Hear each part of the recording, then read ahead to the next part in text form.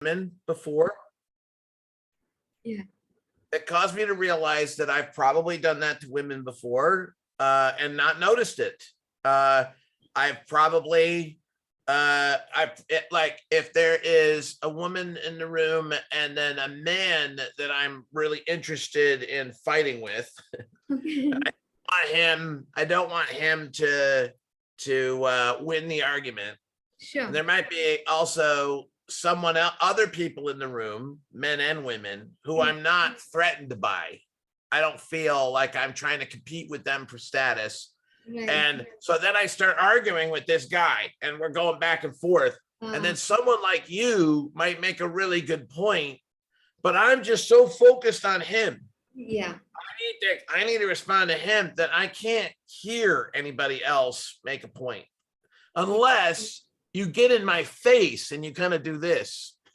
So I've people that I work with a lot. I train them in a way. I tell them, listen, you never have to worry about me running over you if you do a certain thing. And you need to, wave your hand like this and say, James, I need you to be quiet right now. Or James, chill. My wife has learned to touch my shoulder, and and I don't mind when people do that, but I don't need you to do that. You don't have to act. But physical touch also does it.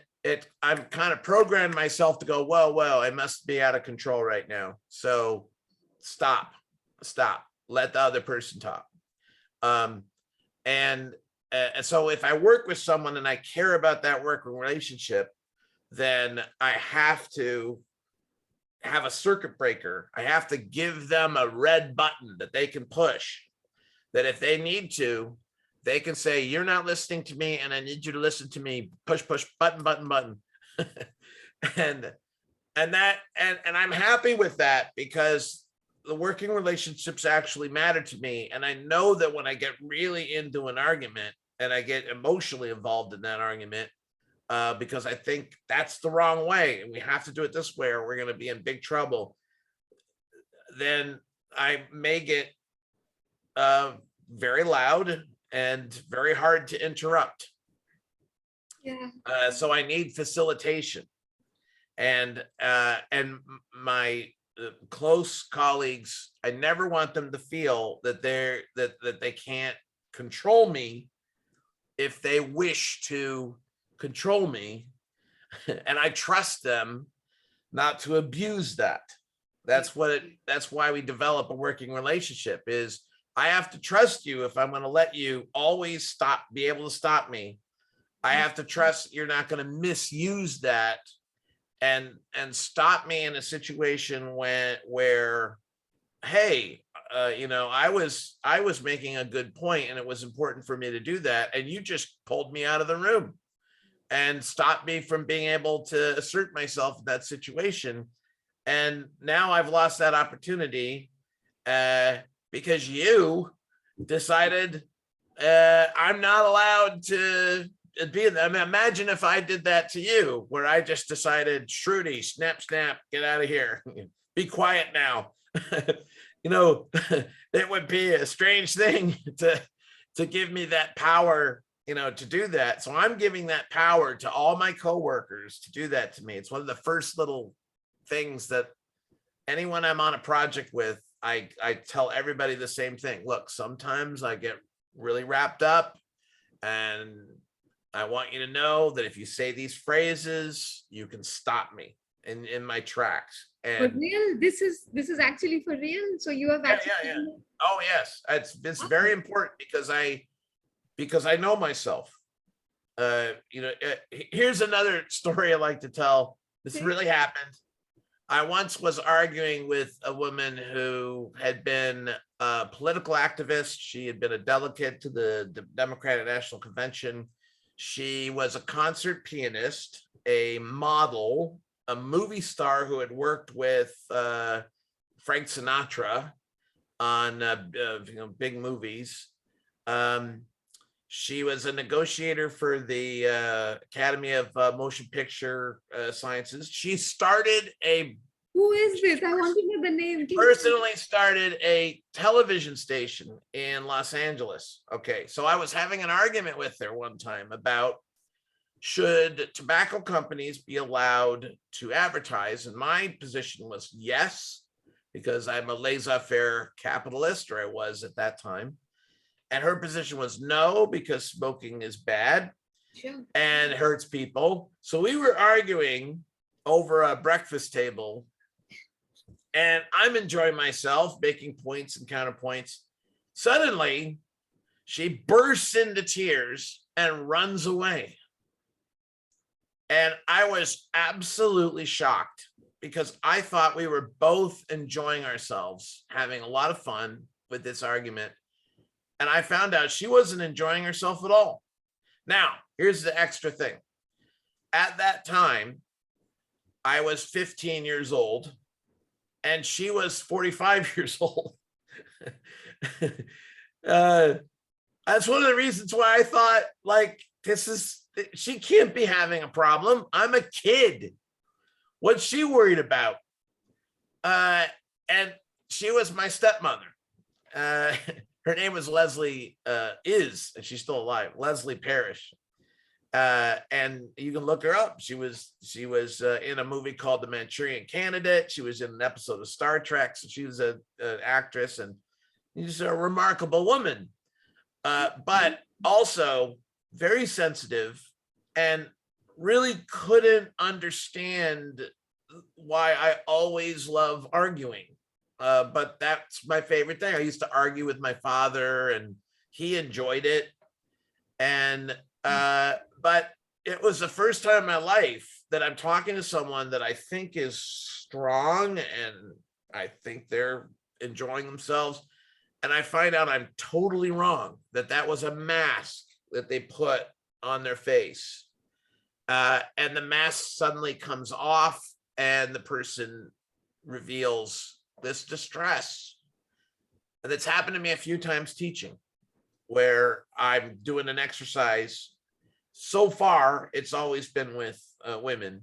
I'm doing an exercise, I'm putting pressure on them. Well, what about this? What about that? And they're answering me. And in some cases, they're doing well. I go, wow, I'm impressed. But I'm not giving them any hints, because I want to see how high a score they're going to get, by just making it. So I make it harder for them, because they're doing so well on this level. I'll add an extra level of difficulty, and they're just like climbing the levels of my respect. I get it. But they don't realize that. They don't know that's happening, because I'm not giving them any hints about what's happening, so that they can and suddenly burst into tears, run out of the room. And I go, and everybody hates me then, because, well, couldn't you see what was happening? Like, no, I thought I've learned to be much more careful with women.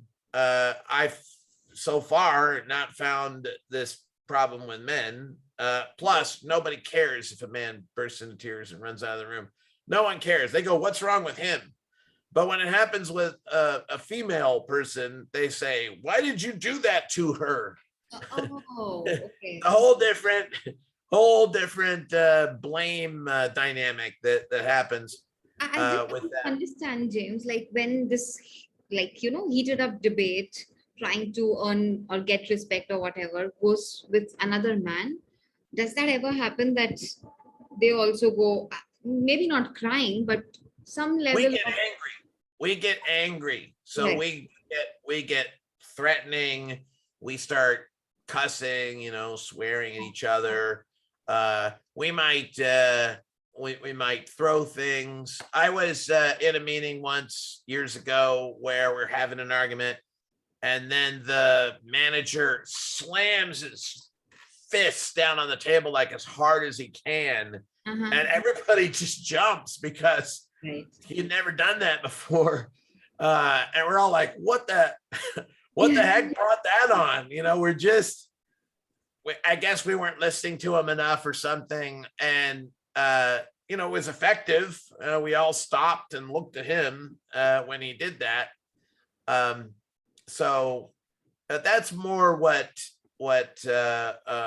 many men will do. I have not.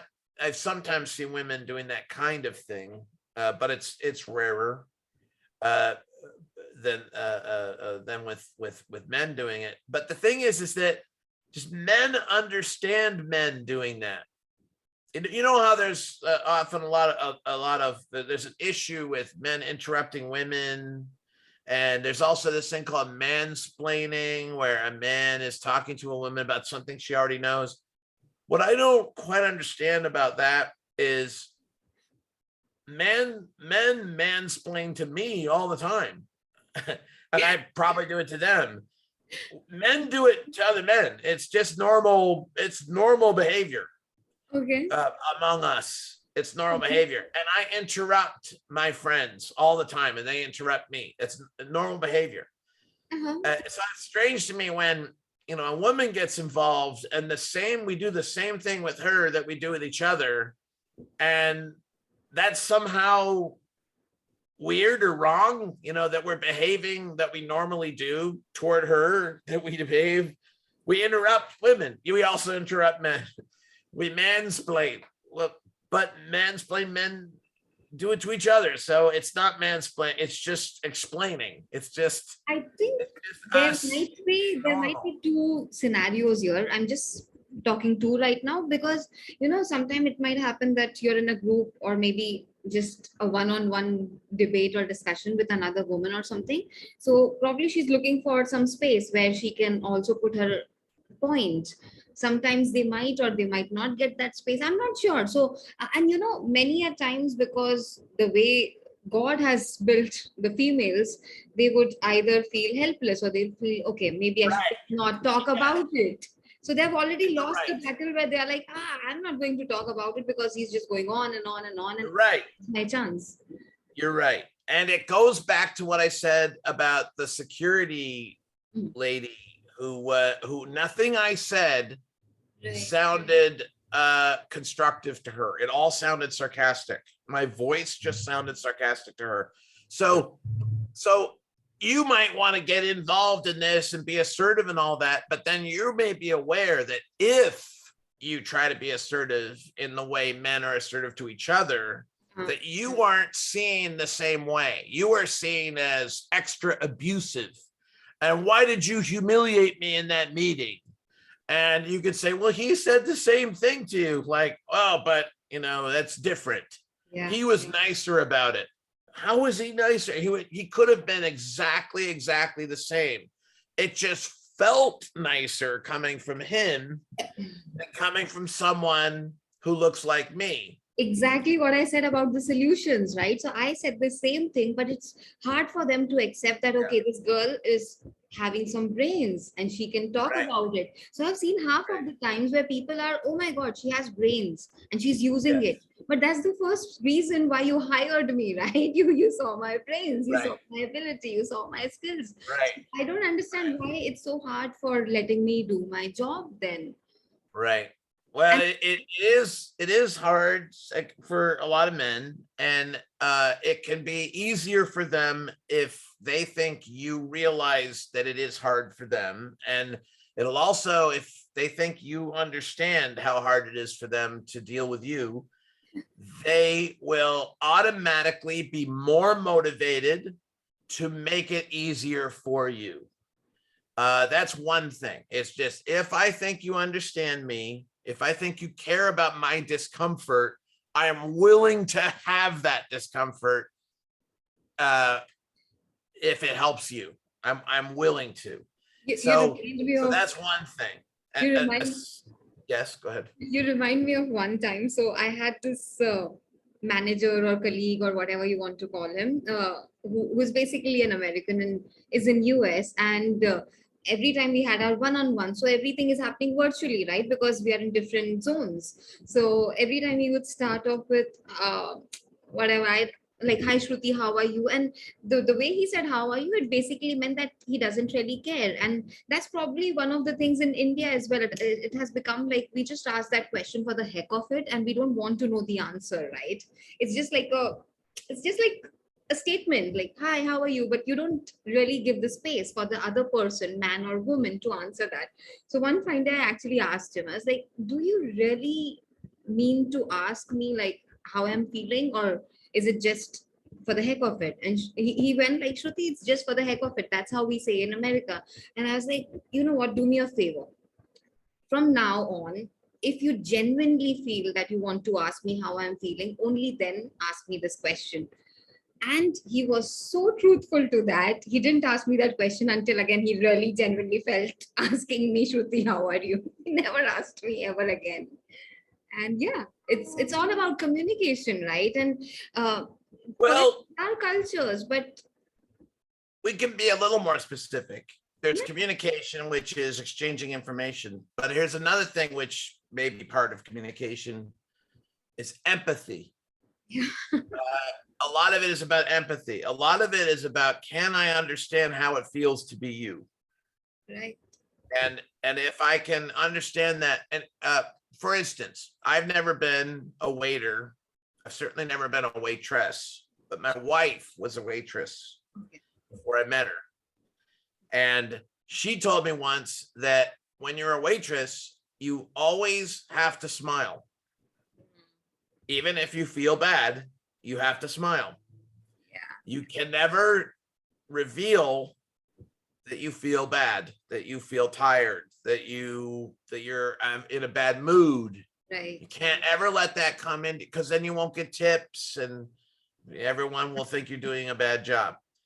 And Yes. I hadn't thought of that before, how hard that must be, because I don't have to do that at all. I can always just be in as bad a mood as I want to be, and it doesn't really affect my work that much. I mean, I try not to burden other people with it, but it's not like I have to smile and be fake really in the course of my work. And I can be myself. I carefully control my clients so that I don't work for the wrong kind of people. I only work for the people who like who I am, so that I can be myself with them. But not just But waitress, for many other jobs and professions, we many, still have to be like many that. other jobs. And then here's what happens with men. So then a waitress or someone in a service, a female in a service capacity, they'll smile and they'll say, how are you? And all that stuff. And then we go, oh, she's flirting with me, Oh, flirting with me. And, and I realized, wait, I have that feeling like, hey, she's flirting with me. And I have to consciously say, no, that's never happening. Unless you happen to be like the most attractive man in the world, I guess maybe that happens. But for ordinary men, no, she's not flirting with you. It's just a side effect of the fact that she's got to smile. She has to smile. She I'll tell has you a to. couple of things. I mean, there was a movie in India which actually explains this very thing, that girls are supposed to smile, and if they don't smile, they would Yeah. look rude, right? And they would look like, oh my god, she has so much of attitude and all of that. And if she smiles, it's considered as a wrong signal. So should we just Yeah. be having a sad face all the time? And I'll tell you something, like, I can't take a waitress job because it would be considered not good in my family, or the culture that I'm coming from, they would not agree to it. But I have served food in my house to like my great grandfather, and even though my mother or grandmother never said a word to me, but they taught me in subtle ways that if I'm taking the plate to serve it to my great grandfather, I'm supposed to be smiling, I'm supposed to be cautious, I don't have to bang the plate on the table, right? Because he would feel very disrespectful. And if you're serving food, water, whatever, it has to be done in such a gentle way that the other person feels like eating. So they weren't preparing me to become a waitress, but I think it's Right. basically about growing up as different genders. Like they never taught something like this to my brother. My brother would even shout for getting a glass of water and it would be given to him. Yeah. Whereas the rules are different. And I think that Well, exactly creates. yeah, we all want to feel powerful. We all want to feel loved. And for men to feel powerful in their own homes it may be very important for some kinds of men. It is important for me. Sure. But I've been married twice. In my first marriage, I was very dominating. Okay. And I wasn't gonna let my wife, push me around. I was gonna control the situation. I'm king of my own home, and that's how I felt in my first marriage. But here's the thing that I discovered: I found out right around when my marriage ended Okay. that my wife had secret feelings that she hadn't told me about how she felt about me and about the situation, but she hadn't told me because she was worried how I would react. So then I learned from that experience, I learned that if I am dominating, then I'm not going to find out the truth. It's true in management, it's true if you're a parent, and it's true if you're, a husband or a wife for that matter. If you say I insist on having things a certain way, and if they're not a certain way, I'm going to be upset, and if I'm upset, I'm going to be very unpleasant to be around, and I won't love you as much. If you love that person, or if you need that person, if you depend on that person, then you'll go, okay, then I'll do it your way then. But then you don't find out that the dominant person doesn't find out what's really happening, what's really going on, because everyone's afraid to tell him. So I applied this lesson to the wife I have right now, who I've been married to for 31 years, coming up on 31 years. I've been married to Lenore, and Lenore is very quiet. And I decided early on, if I want the truth, if I don't want to be surprised, I better make it very easy for her to talk to me. Very easy for her to tell me things, and not worried that, oh no, he's going to get angry at me. And then I applied the same ideas to people who worked for me. I applied the same ideas to my son. Make it very easy for him to tell me that, he wants to take drugs, or that he's, in trouble with the law. I want to be the first person he comes to when he's in trouble. How can I be the first person that my son will reach out to if he's made a mistake and he's in fear for his life or whatever? I don't want him to say, I can't tell my dad about it. I want him to come right to me. So that means you have to make yourself small. You have to make yourself warm and fuzzy. You have to hold your irritation in. In other words, you have to smile when you are serving somebody. Because then they will confess things to you, and then they will want to be around you. So I've learned through experience, because I do not like being surprised to find out that someone, doesn't like me. It really hurts, and I don't like that. So I've learned over the years to be an easy friend, to be around. And that started to feel better to me than being a dominating person. There's a part of me that just loves being a king. I just want to have an army of followers, and I want to say, we're going here, and I want to be able to attack enemies with my army. A lot of men feel this way. Like, I just want to be in charge. I want to be the CEO. I want to be the leader. Yeah. Right. And in my life, the way I've set it up, my wife owns my business. I'm a minority owner of the business. She owns the majority of the business. Trying to save taxes? Like, does that happen in the US as well? Like, having something in the wife's name is better? Like, No, the reason that I did it is I wanted her to be my assistant, and I wanted her to feel like she had control, so that she would be willing to be my secretary. and feel good about it. That was the original reason that I did that. I don't think she was And happy it really with being a worked. secretary. Say again? Was she happy being a secretary for you? I don't think so. Oh Like, yeah, I mean, she no, was I a mean the title, just the title. Okay. secretary at Apple Computer when I met her. So I mean, she's my business manager. Yeah. She, Yeah. and she calls herself the director of Satisfice, and then she insists that I'm the CEO, but she's the director. She says, like the I was chairman of the board of asking directors. for the title, yeah. But the thing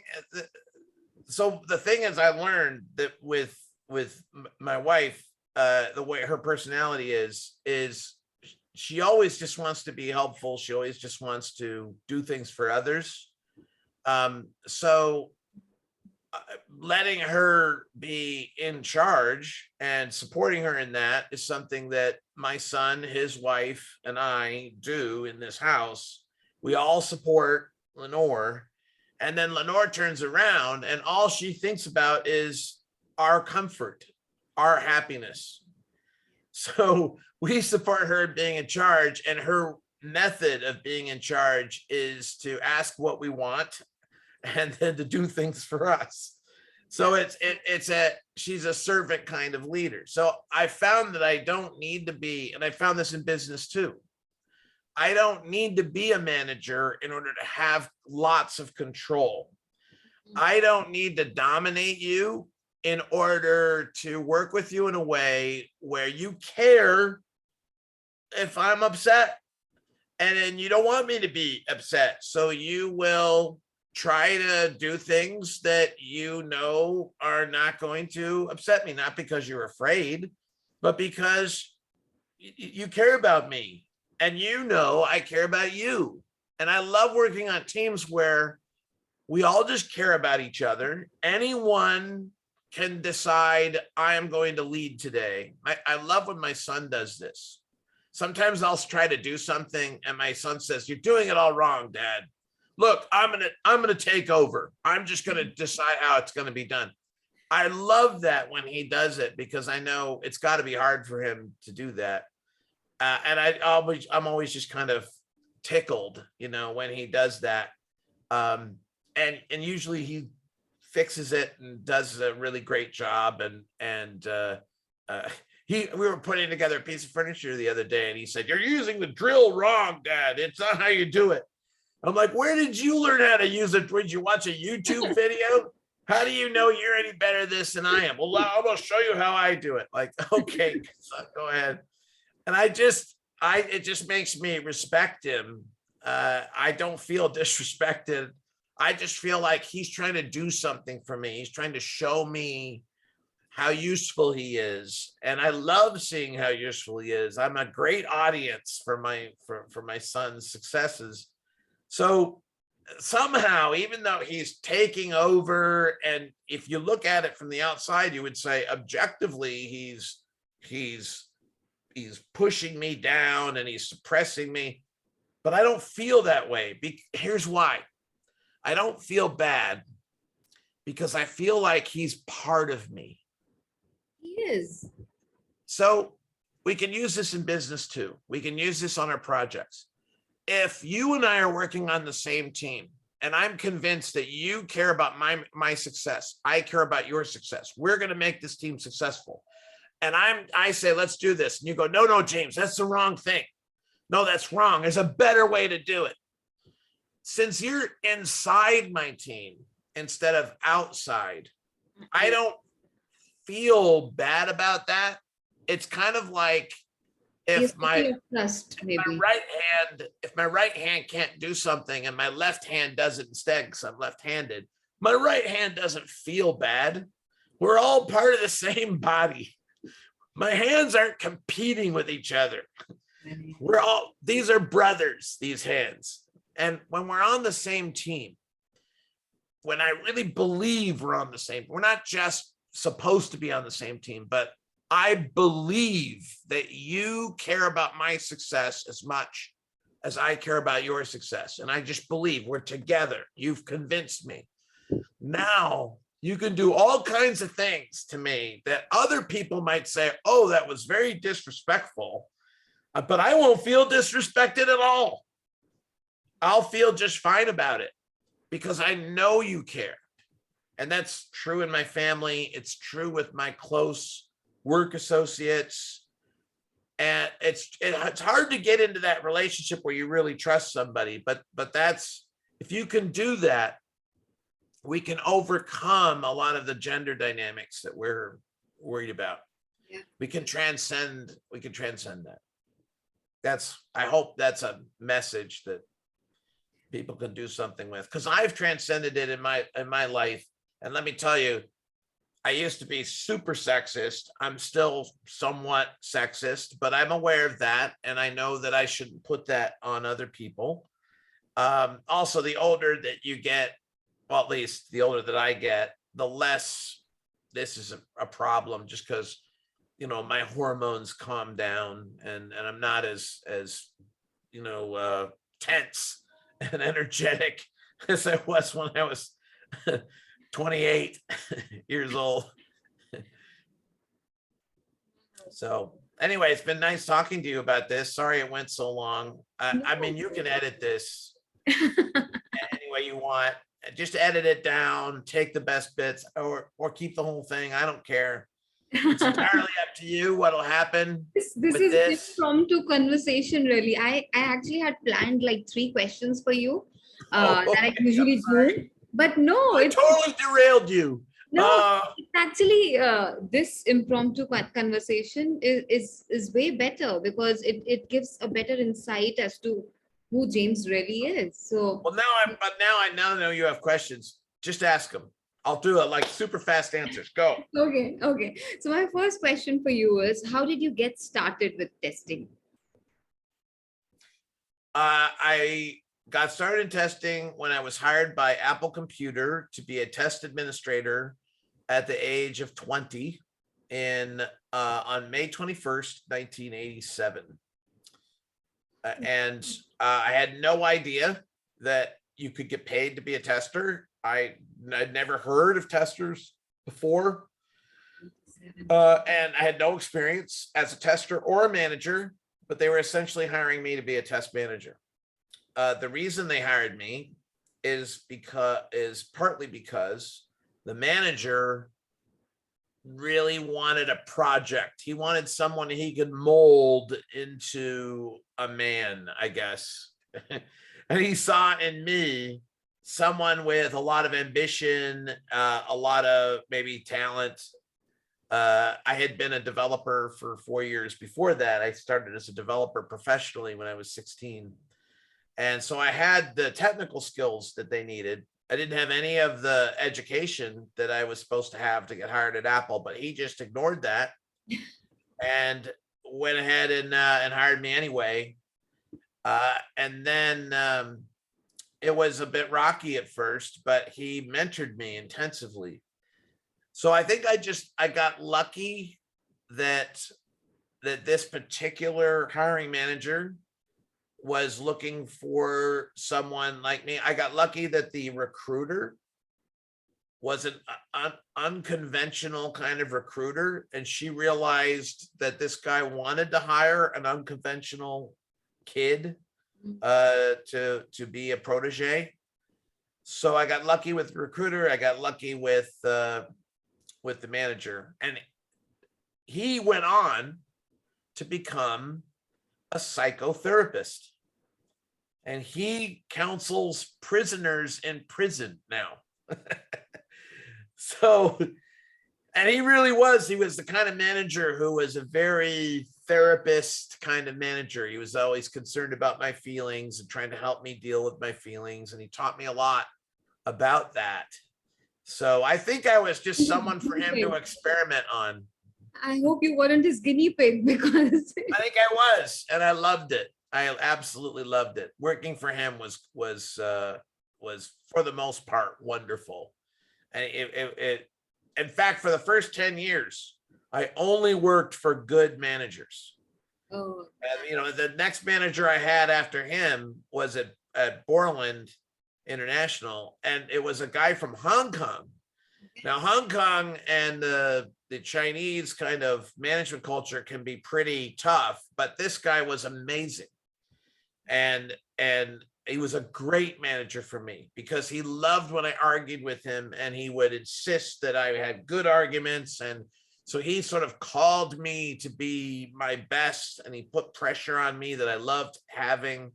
He was always reasonable, even though he wasn't easy for me to deal with. He had a code of honor and a code of excellence for himself that he then put on everyone who worked for him. And I loved that.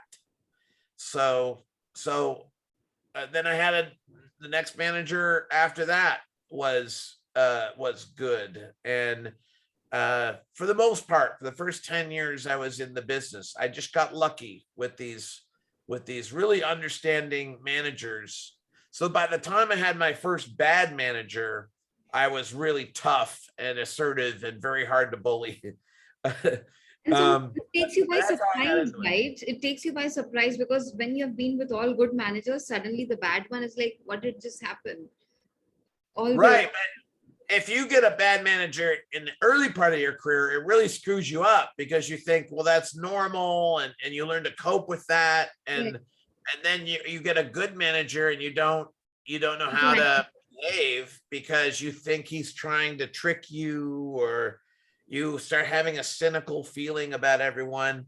right. But I got lucky, and I had this string of great people, and then I just became very strong and very hard to trick or bully or whatever. And anyway, that's how I got started. So my And second question is really like, what made you stick with testing for all these years? Were it these good managers or good question. I stuck with testing partly because as a developer, I kept burning out, and I suffered from very severe burnout. I mean, burnout so severe that when I would come up to a keyboard, I would want to vomit. I mean, I would get physically sick when I came to your keyboard. Or at one point, I developed a phobia of email. For 6 months, I couldn't really read email. Now, this was after I became a tester. I was still suffering from burnout, but the burnout I suffered from periodically in the first 4 years, because I realized later it's because I was so lonely. I need to be social. Testing for me is a lot more of a social activity than development is. yeah. So I need that social feeling.